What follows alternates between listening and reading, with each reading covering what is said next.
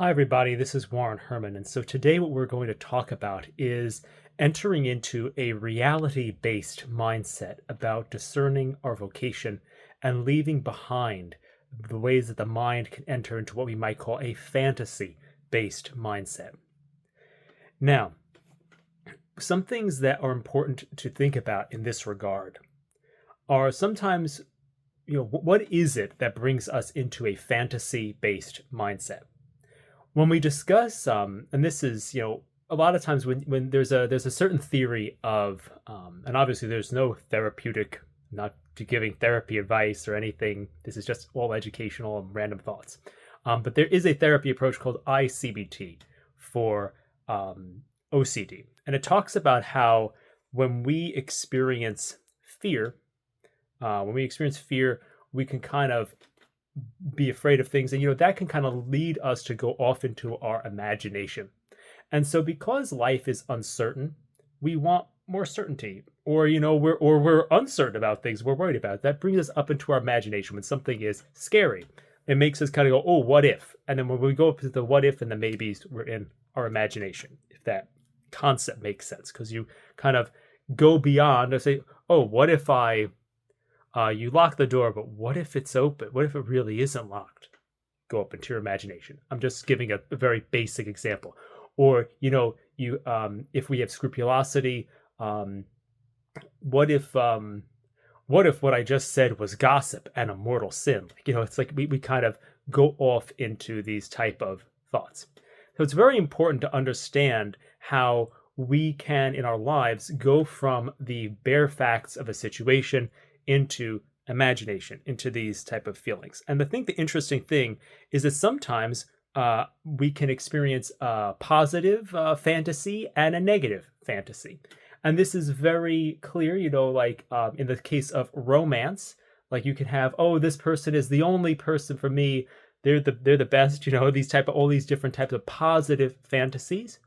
And then we could also have negative fantasies. Like we could say, like, I wonder if I'm with the right person. We can kind of, and the reality is you're with a person. It's like you're with a person who might be okay and have some flaws and have some good things and bad things, and you have to decide what that means.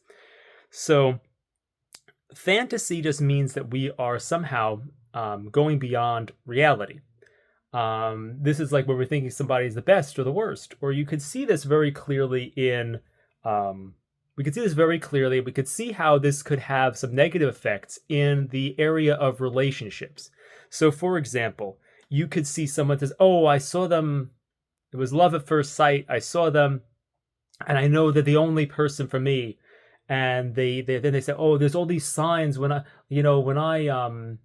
they start seeing signs of this person, especially if this is a secular person. They're not trying to discern what God is doing, Um, in some type of disciplined way. There's just like, oh, I felt this, I felt that. Maybe this is just meant to be. And you can see how this can be confusing, and lead to a lot of amplification. Even if just this type of fantasy is, this is the only person that I'm in love with, this is the love of my life, you could see how this type of thing is very much amplifying everything. It's making it high stakes. There's this way in which there's a kind of a magical quality, a fantasy quality, a romantic quality to this type of thinking. And if we were to give this person advice, and you see a young kid going like, oh, I met her on my lucky number is 12, and I met her on the 12th of the month, you'd say, okay, this is, therefore I'm meant to be with her. And you're like, okay, you're 12 years old, actually, also. It's like, but the thing is, like, you could see these things can lead to this big fantasy experience, which amplifies and heightens all the emotions. And very much it's because, I think we want certainty, we want fulfillment, we want these things.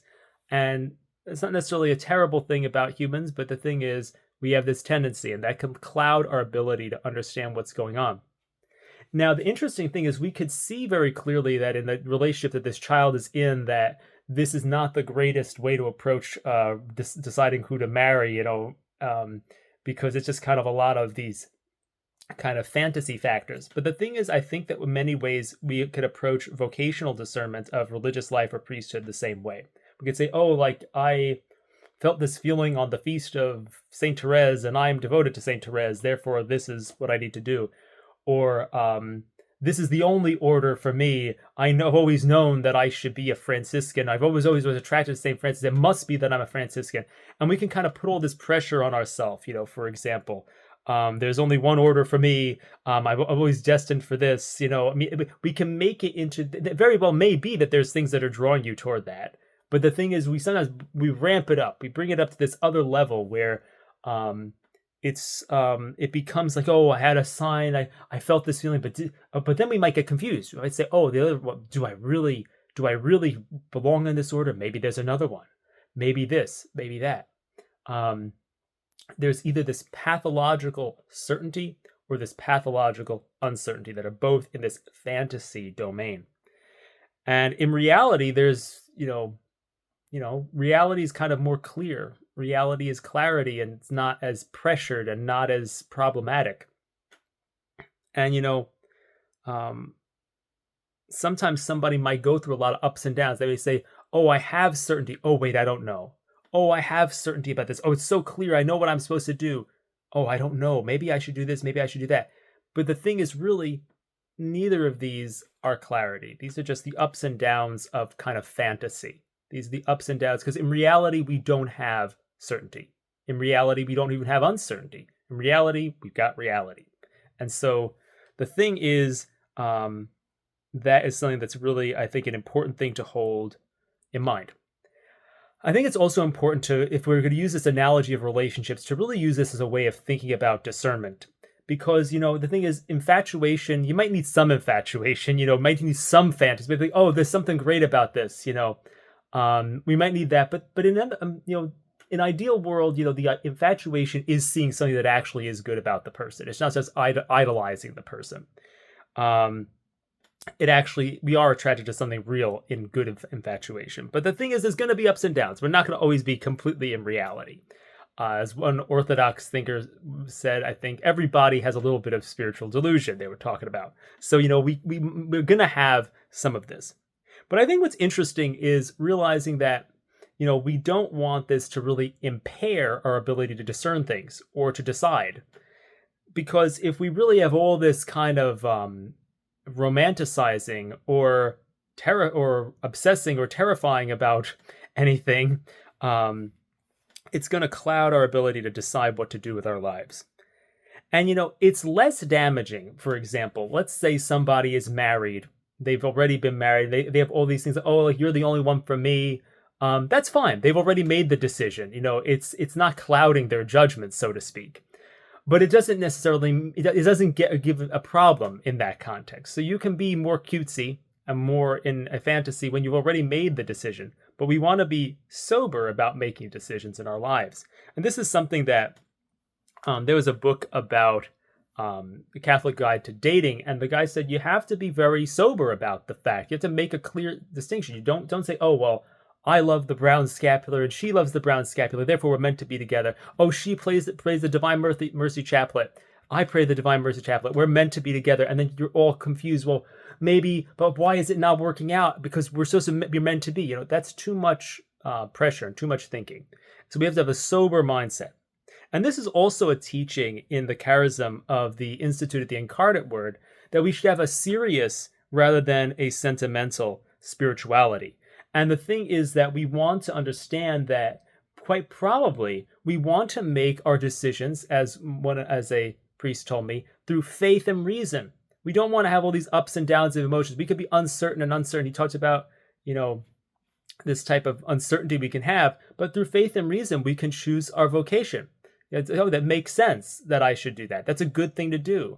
I trust that God will take care of me in that, and that God that I trust God will reward me and protect me and all these good things. We can choose our vocation that way.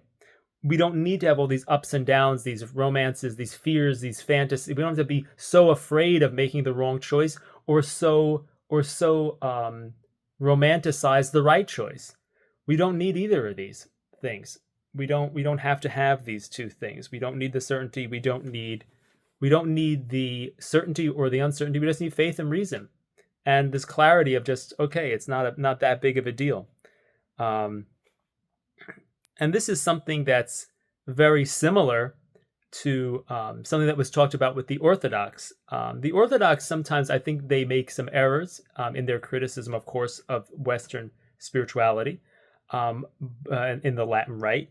But the thing is, the Orthodox often speak about not wanting to have a romance with God. They talk about how sometimes their view is sometimes in the West, our spirituality can be sentimental and that it can lead to delusion because then we're having like a romance with God. Now, I don't necessarily agree with that. I believe our spirituality is more incarnational, and their spirituality is more,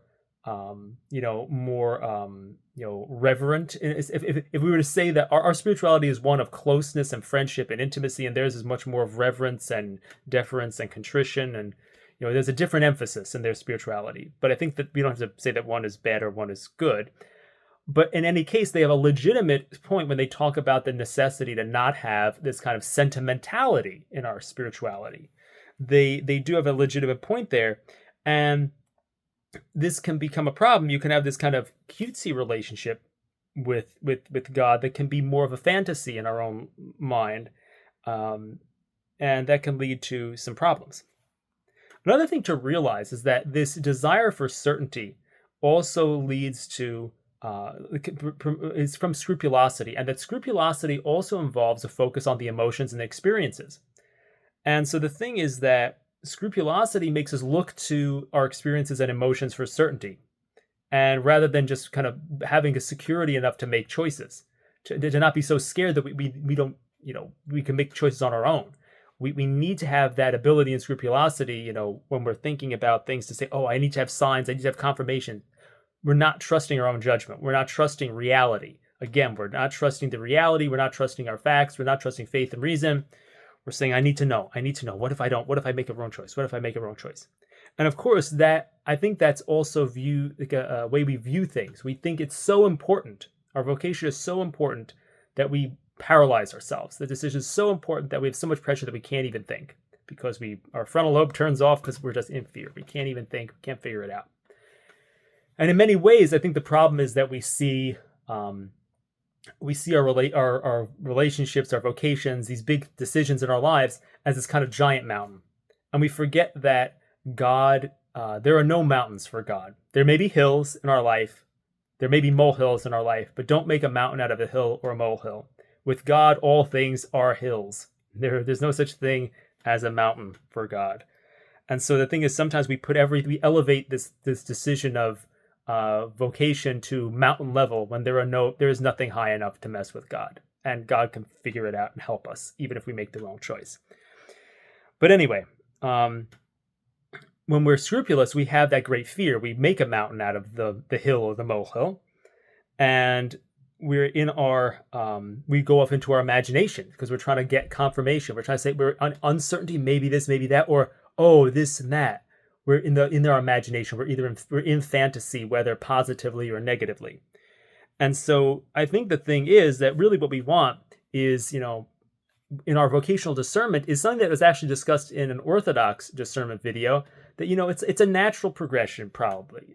I think this is true, probably just in general. I'm not saying that this over and against what's taught in the Latin, right? And I actually think that you will find this teaching also in Western Catholicism.